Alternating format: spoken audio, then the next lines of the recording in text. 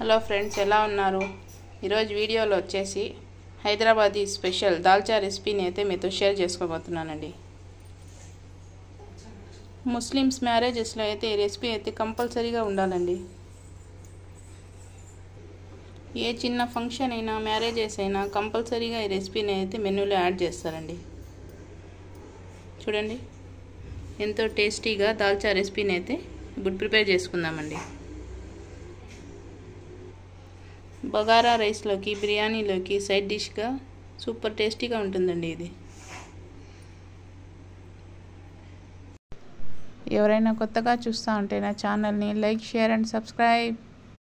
Dalcha prepare చేసుకునేదానికి కందిపప్పు ఒక గ్లాస్ తీసుకోవాలండి. ఇప్పుడు ఇందులో వాటర్ వేసుకొని 2-3 టైమ్స్ వాష్ చేసుకోవాలండి.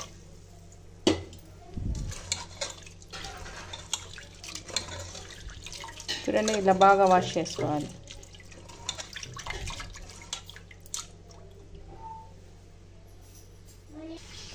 ఒక గ్లాసు కందిపప్పుకి 2 గ్లాసులు వాటర్ యాడ్ చేసుకోవాలండి.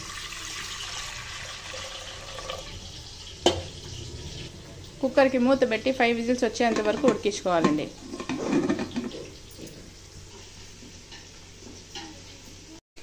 పావు కిలో వంకాయలని తీసుకొని కట్ చేసుకోవాలండి. చూడండి, ఇలా కట్ చేసుకోవాలండి.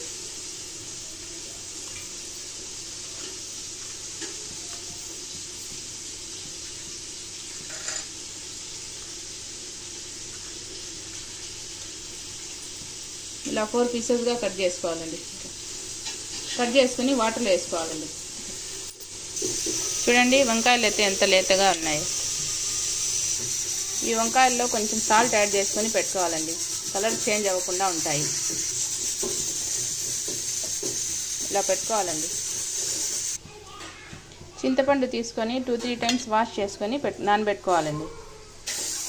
చింతపండుని ఇలా నానబెట్టుకోవాలండి.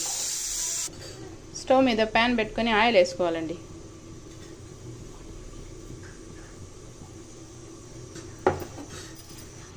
ఆయిల్ హీట్ అయినాక ఆనియన్స్ వేసుకోవాలండి. ఆనియన్స్ గోల్డెన్ బ్రౌన్ కలర్ వచ్చేంత వరకు రోస్ట్ చేసుకోవాలండి. చూడండి, పప్పు అయితే ఉడికిపోయింది. ఇలా మ్యాష్ చేసుకోవాలండి పప్పుని. చూడండి, ఆనియన్స్ అయితే ఫ్రై అయిపోయినాయి. ఇప్పుడు ఇందులో అల్లం వెల్లుల్లి పేస్ట్ యాడ్ చేసుకుందామండి.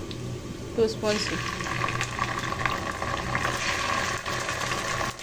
ఈ అల్లం వెల్లుల్లి పేస్ట్ని కూడా బాగా కలుపుకోవాలండి.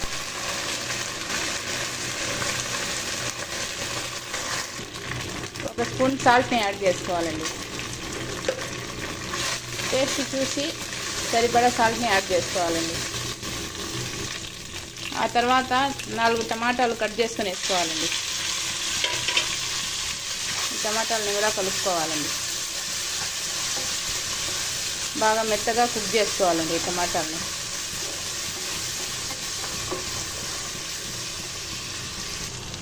కట్ చేసుకున్న కొత్తిమీరని కొంచెం యాడ్ చేసుకోవాలండి. కలుపుకొని ఇంకొంచెం కుక్ చేసుకోవాలండి.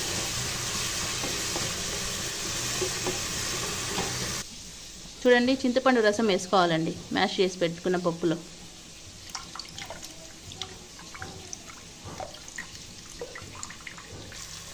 టమాటాలు అయితే కుక్ అయిపోయినాయి. చూడండి, ఇప్పుడు ఇందులో కట్ చేసి పెట్టుకున్న వంకాయలను యాడ్ చేసుకుందామండి.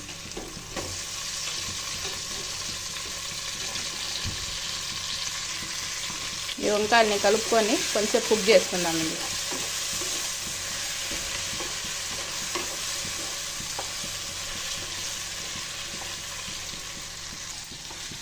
ఫ్రై చేసి పెట్టుకున్న వంకాయలని ఇప్పుడు కుక్కర్లో యాడ్ చేసుకుందామండి.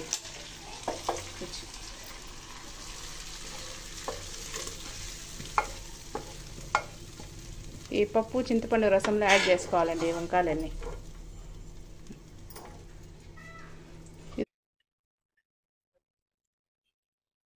చింతపండు రసము, పప్పు, కొంచెం వాటర్ యాడ్ చేసుకొని పెట్టుకోవాలండి. టేస్ట్ చూసి చింతపండు రసం యాడ్ చేసుకోవాలి. మిరప్పొడి 1 స్పూన్ యాడ్ చేసుకోవాలండి. ఆ తర్వాత ధనియాల పొడి 1 స్పూన్ యాడ్ చేసుకోవాలి. ఆ తర్వాత జీలకర్ర పొడి యాడ్ చేసుకోవాలండి 1/2 స్పూన్. ఇప్పుడు దీన్నంతా బాగా కలుపుకొని ఒక విజిల్కి ఉడికించుకోవాలండి. టేస్ట్ చూసి సాల్ట్ని యాడ్ చేసుకోవాలండి.